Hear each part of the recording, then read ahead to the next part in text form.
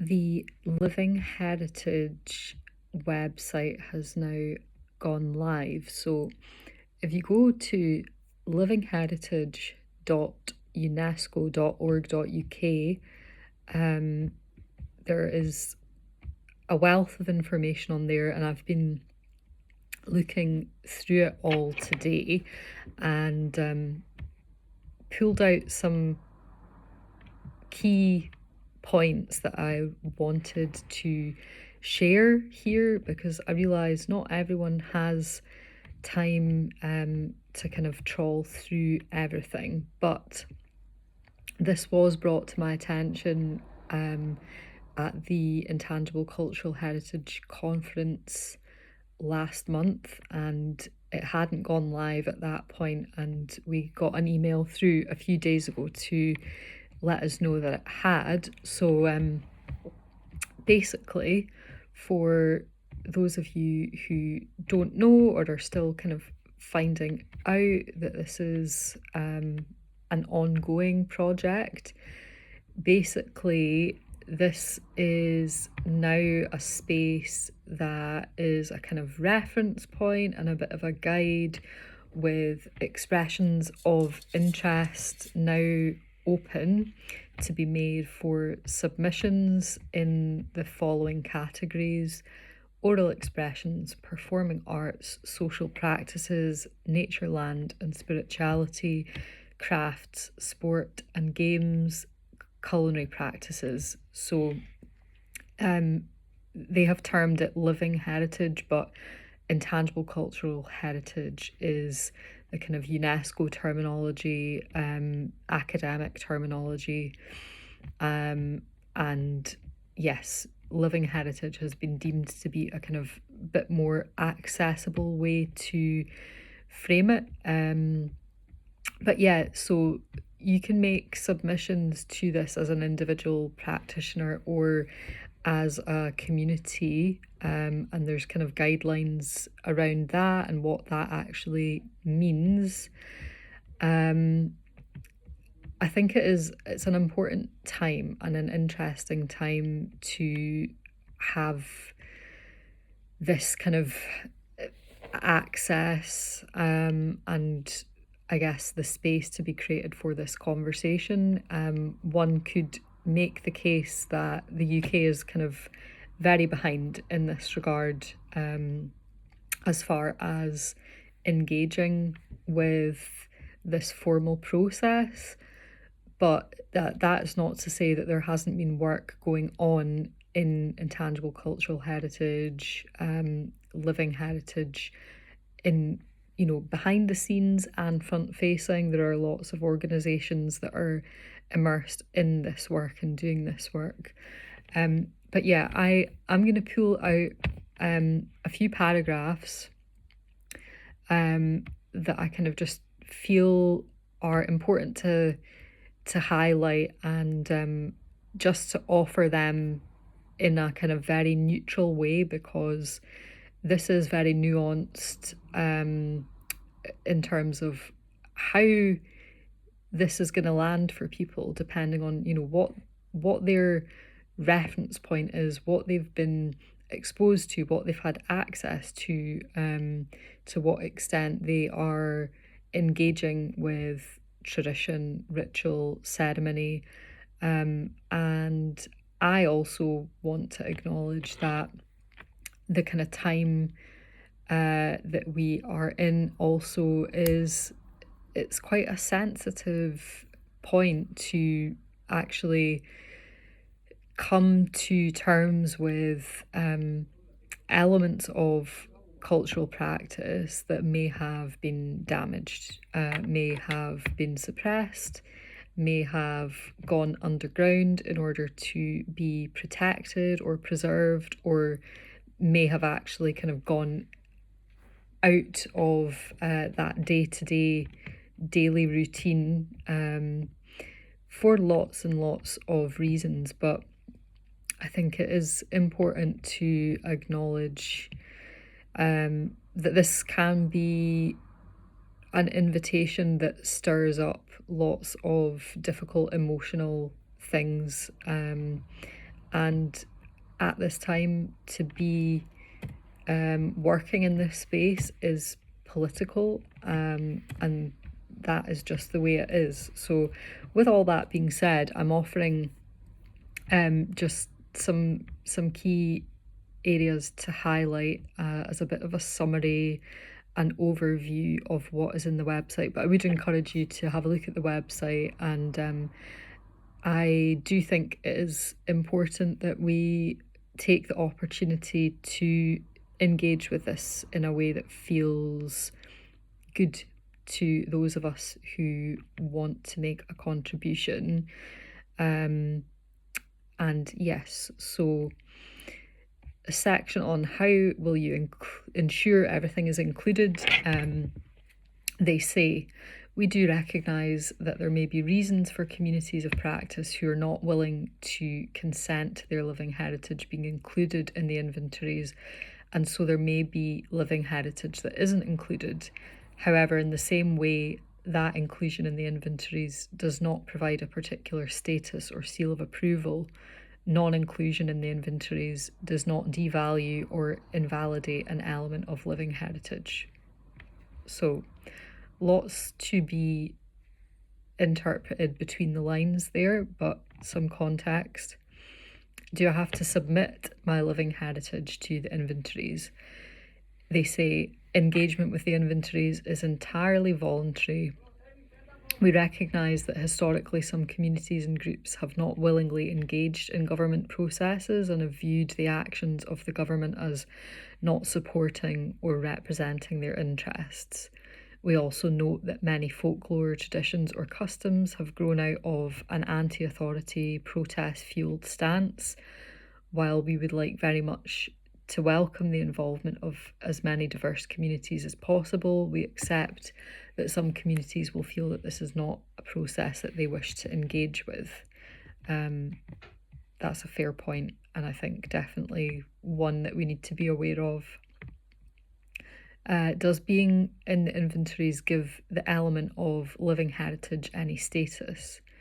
They say the criteria for inclusion do not include a value judgment, assessment, or categorization of significance, importance, or any similar metric. These inventories are not being compiled in order to arrive at an approved or official record or list of living heritage in the UK. This means that inclusion of an element in the inventories does not give it a particular status of being approved or endorsed. Its status is its recognition within the inventories of living heritage in the UK.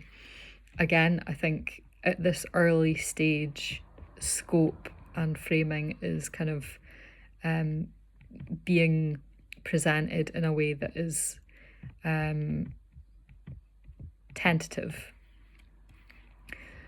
Will there be any financial or other support provided for safeguarding elements, including the inventories? They say, as such, an element being included in the inventories does not automatically mean that there is any responsibility or obligation from any organisation, body or government to directly support that element. All of the potential benefits can help towards ensuring the viability of the element and can be considered a form of safeguarding in themselves, but also provide a focus to start the conversation about further safeguarding actions. However, it is important to note that the discussion about future safeguarding is separate to the inventory process, and there's more information on that particular aspect on the site there as well. I think that's a really good point. It's about bringing that conversation forward, and again, it's at the individual and the community level as to the extent to which people want to explore that. How does the inventory affect intellectual property rights? They say, this was a subject that was discussed at many of the roundtables during our public consultation, that was last year, with concern being expressed by stakeholders that the public, potentially high-profile nature of the inventories may increase the risk of exploitation or appropriation of associated creations of intangible cultural heritage in the inventories without community consent. Our view is that the profile and visibility of the inventories can affirm the links between communities and their living heritage, which can support communities, groups, and individuals concerned to safeguard their living heritage. We will ensure that part of the ensuing conversation about safeguarding includes discussion about the issues of commercial exploitation or cultural appropriation of intangible cultural heritage without community consent. I think in the current AI age, this is also something definitely to be considered with care and sensitivity, and they've gone on to highlight it would be any information used would be a Creative Commons by attribution share alike license, which is allowing anyone to distribute, remix, adapt, or build upon the material in any medium or format, with reference to original creator and submission. But again, I think this is sensitive given AI context. Why does getting consent matter? They say living heritage should be recognised as such by the communities, groups, or individuals that create, maintain, and transmit it. It is therefore important that the element is being put forward by or on behalf of the community of practice, and that the community has given its free, prior, and informed consent for the living heritage to be submitted. And that framing, they've highlighted that this originates from obtaining consent from Indigenous peoples for any activities undertaken on their land, and it's been adapted to fit within the context of living heritage. And I wanted to pull on that thread a little bit as well, because there's some very important foundational seminal work happening elsewhere that I believe is kind of creating a template for the kind of healing component of this, because I think that's not to be diminished. The fact that choosing to share anything that is close to heart, to home, to ritual, to ceremony, to ancestral kind of context, it's paying those things forward and presenting them in a way that is honouring that heritage and honouring current applications and uses. It's sensitive work, and there's lots of repair, ongoing and also future repair that needs to happen, I believe, in this area, and that's where I'm kind of particularly interested in and observing practices and tools that are being explored elsewhere. So that's something that I wanted to mention. But yeah, this is obviously by no means a comprehensive list of things from the website. These are just some key paragraphs within the different sections that I felt were good takeaways or good things to bring to attention, just to kind of give an overview. And I anticipate I'll be posting a bit more about this over time as my own understanding is evolving. Also, that I will be doing my best to signpost and circulate this information to community groups, areas of particular interest where I kind of am aware that there may be people that want to contribute towards this. And also, as this is a kind of a key area of interest for me, I'm kind of open as well to conversations being stimulated through this, and please feel free to reach out to me if if you're also interested in this work, or if you're already working in the culture and heritage sector.